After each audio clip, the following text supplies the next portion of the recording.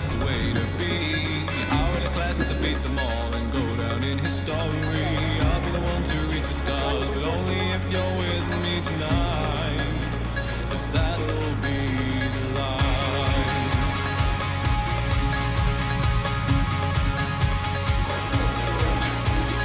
I'm gonna go write a million songs, if that's the way to be. I'll win a class at the beat them all and go down in history. I'll be the one to reach the stars, but only if you're with me tonight, 'cause that'll be the life.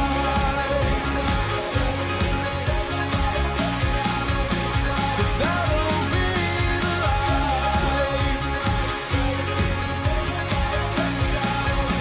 'Cause that'll be the life.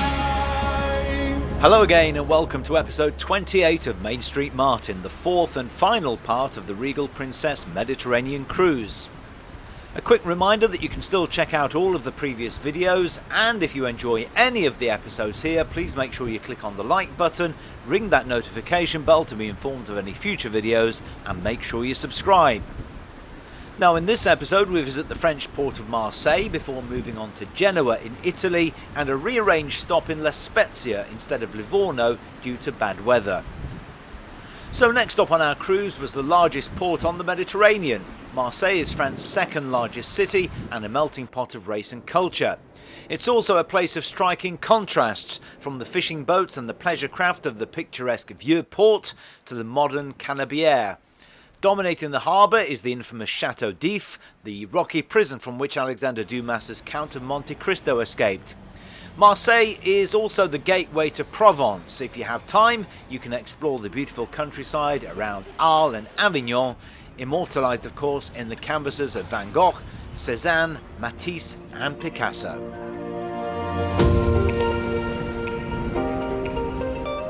Again, we enjoyed exploring on our own in Marseille, walking down the spectacular Corniche President J.F. Kennedy, a scenic boulevard dedicated to the US President, with stunning views of the coast's craggy cliffs, beaches and nearby islands.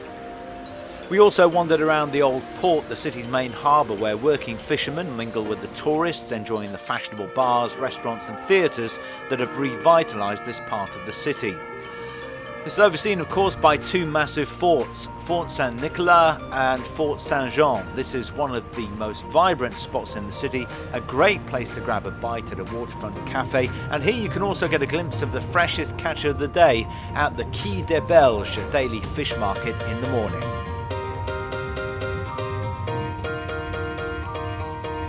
If you enjoy shopping, be sure to explore the neighbourhood of La Joliette, home of a new museum area and a shopping district, as well as the restored Dock de Marseille, an enormous and impressive 19th century building now containing various corporate headquarters and many restaurants and shops.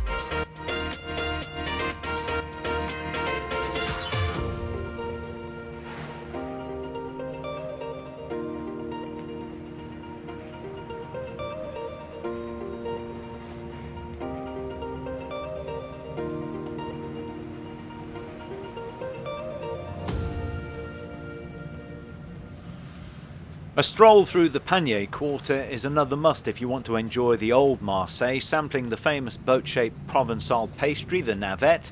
You'll also discover the Grand Cathedral of Saint-Marie-Maugère, founded in the 4th century and rebuilt in the 19th century in a Romano-Byzantine style. If you have time, the Musée d'Histoire de Marseille is devoted to the history of the town and details the Greek and Roman history of the city, along with a display of the best preserved hull of a 6th century boat in the world.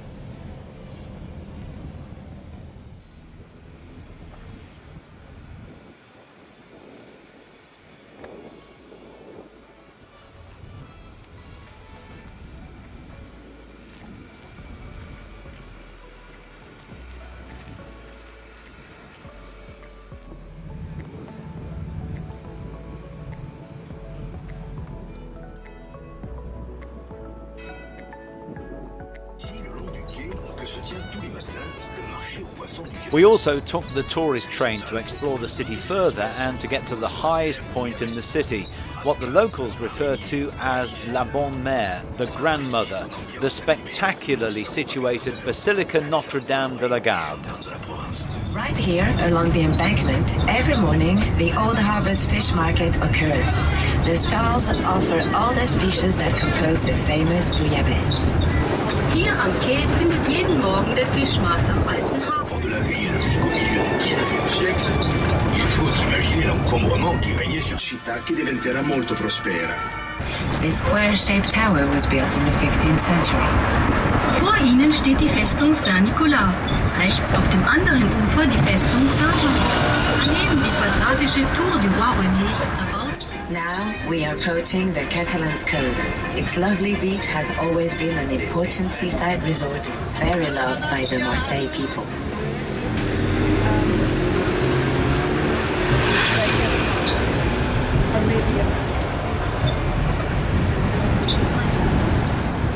Berühmt durch Alexandre Dumas, den Graf von Monte Cristo. Dahinter sehen Sie die zwei anderen Inseln des Archipels. Romègue und Ratonneau sind durch ein Ils cachaient leur production dans les grottes situées en dessous. Ruta sotterranea.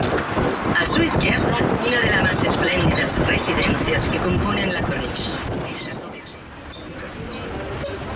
Autrefois, il était desservi que par un sentier d'oiseaux. Rendu accessible par l'aménagement de la corniche, il ne fut habité qu'à partir du XIXe siècle. Here starts one of the most pleasant and most tried-for districts, the Rue Blanc. In the past, it was served by an only customs path. It became accessible thanks to the construction of the cornice and inhabited as from the 19th century. Caucase blanc, signifiant roche blanche, provient de la présence des roches calcaires que l'on retrouve un peu partout, 162 mètres d'altitude. Notre-Dame de la Garde, carte postale emblématique de Marseille. This neo-Byzantine church is built on the foundation of a military fort erected by King Francois I. A square bell tower rises 130 feet above the entrance and supports a copper and gilded gold statue of the Virgin Mary, which looks out over Marseille. This is absolutely stunning. Make sure you don't miss the colourful mosaics inside as well.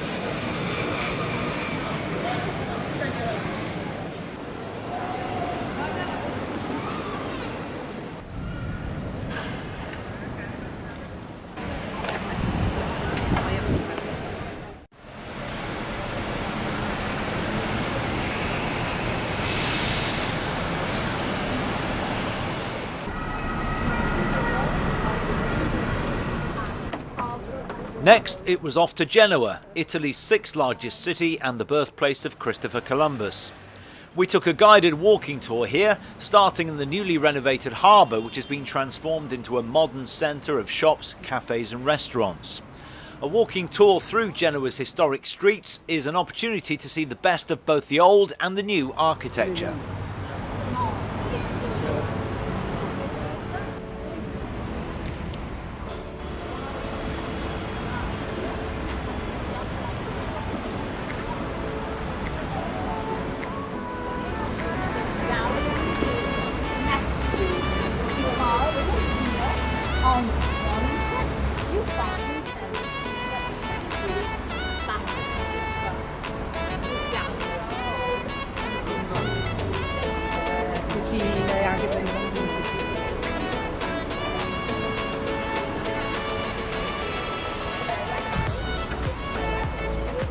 Yes, it's beautiful.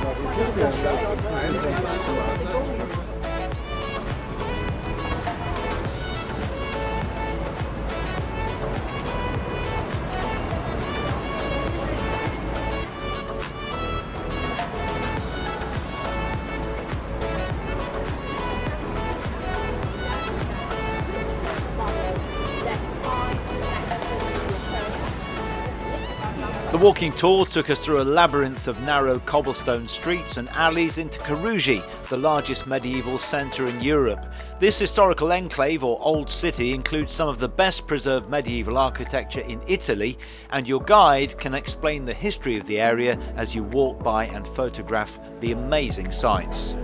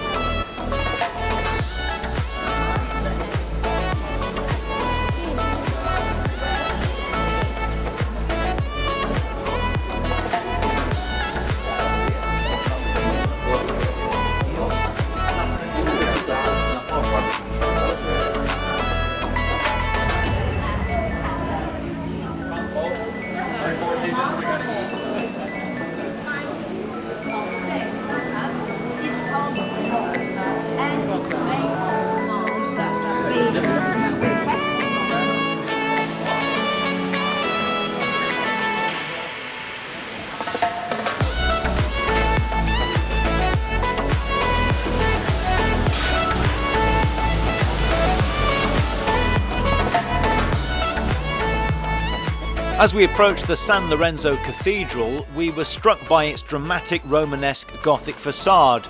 Constructed between the 12th and 16th centuries, it has two majestic stone lions standing guard, protecting the many religious relics housed inside, including what is believed to be the Holy Grail.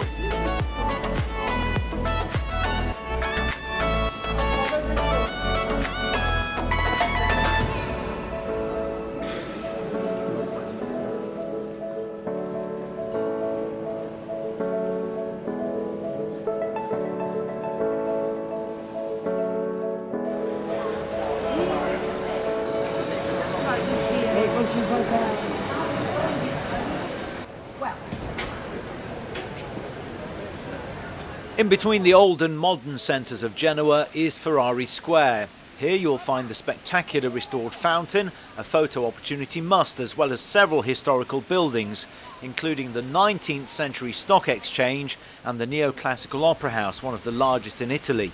In front of this majestic columned building, you'll find a stately equestrian statue of Garibaldi. This is the little house known as Casa di Colombo, where Columbus spent his childhood. The site was restored as part of the White House Millennium Project Save America's Treasures. And nearby is Caricamento Square, featuring the 13th century St. George Palace and Piazza Dante.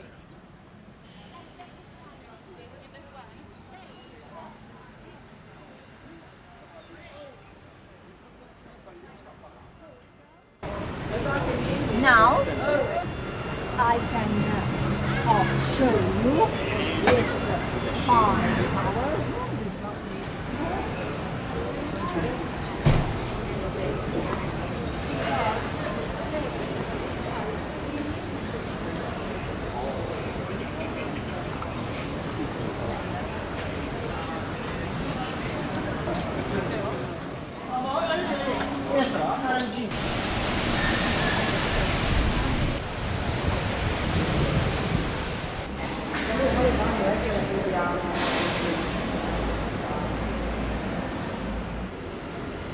One of the highlights of the tour is the 16th century Ducal Palace. From within its courtyard you can see the detailed facade of a historic seat of government of the Republic of Genoa back in the 16th century. Located nearby is the Church of Jesus, a former Jesuit church constructed in the 16th century. Now this Baroque style of architecture used here served as a model for Jesuit churches all over the world. Inside there are two paintings by the renowned artist Peter Paul Rubens.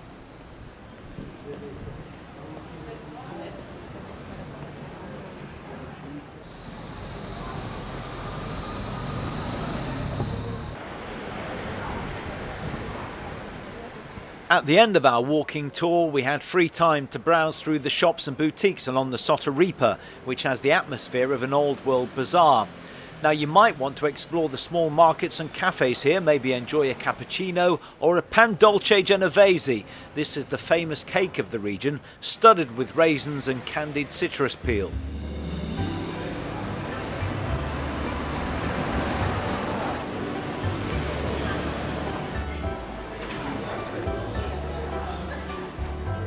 ¿Nos quedamos sin comer?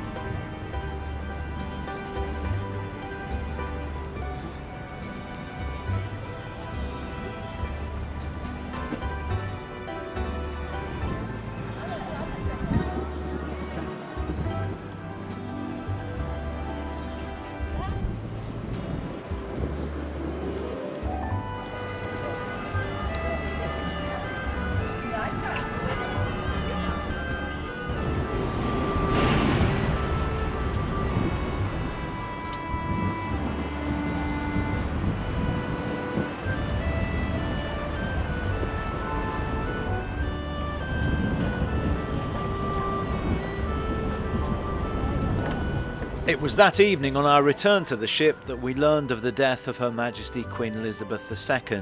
This was handled impeccably by the Regal Princess team, regular announcements by the captain and the cruise director, respectful observations of minutes silence, the national anthem was played, as you saw the flag was lowered to half-mast and major changes were made to the whole entertainment programme.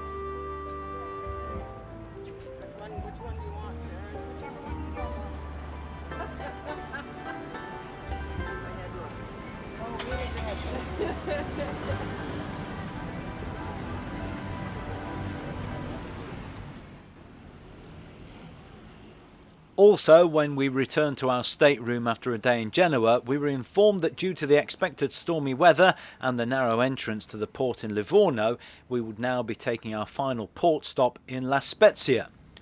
Excursions to Florence and Pisa were still possible, and the port is also the gateway to the UNESCO World Heritage Site called Sanctaire, a collection of 5 coastal villages perched on the coastline.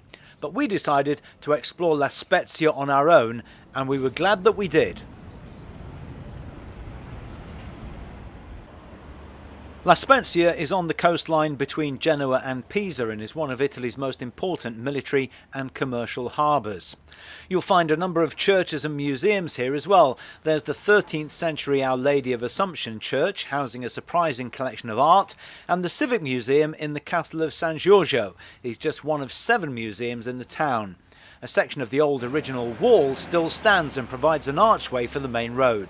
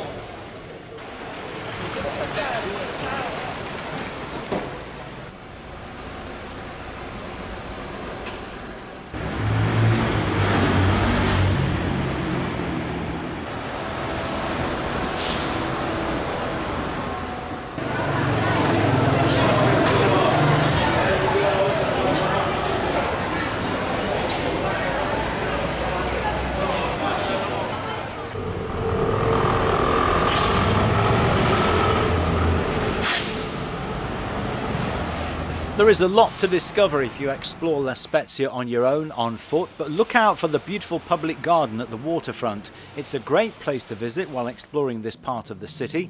It covers a wide area and features a series of walkways lined with trees. Parts of the garden run alongside the Passeggiata Costantino Morin. This is a really pleasant place in La Spezia to relax, where there are also several monuments, statues and water features to admire. Now, the real highlight of the day for us was visiting the Castle of San Giorgio. Despite the climb, don't be put off by that because it's well worth it. Inside is an archaeological museum that contains various finds from this region of Italy, dating as far back as the Copper Age and early Roman settlements.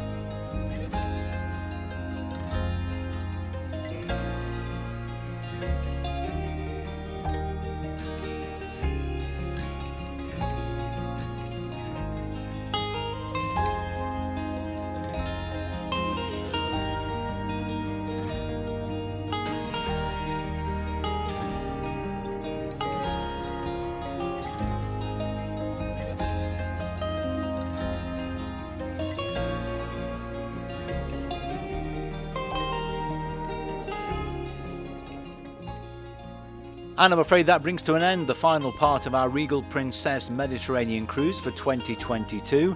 Don't forget to check out the other videos on the channel featuring the rest of this Mediterranean cruise, theme parks including the original Xcaret Park in Mexico and others, all of the parks in Orlando, parks that no longer exist like Cypress Gardens and Opryland USA, plus European parks. There are also city and short breaks along with top tips, hints and ideas. If you enjoy any of the videos, make sure you click on the like button, ring the notification bell to be informed of any future videos, and make sure you subscribe.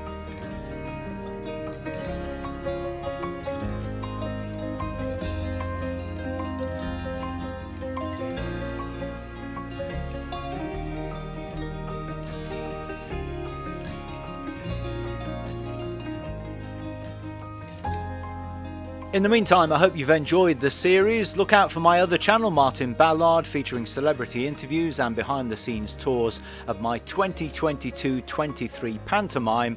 And make sure you join me next time for episode 29 of Main Street Martin. I'll see you then. I'm gonna go write a million songs if that's the way to be.